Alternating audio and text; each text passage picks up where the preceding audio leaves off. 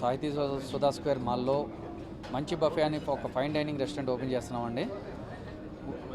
మేము ఒక రోజుకి 200 వెరైటీస్ లంచ్లో డిన్నర్లో 200 రకాల ఐటమ్స్తో బఫే రెస్టారెంట్ ఓపెన్ చేసాం. ఇలాంటి restaurant one of its kind in south India. This is the first in south India. 200+ ఐటమ్స్తో సర్వ్ చేస్తున్నాం. మాది 200 కవర్ రెస్టారెంట్.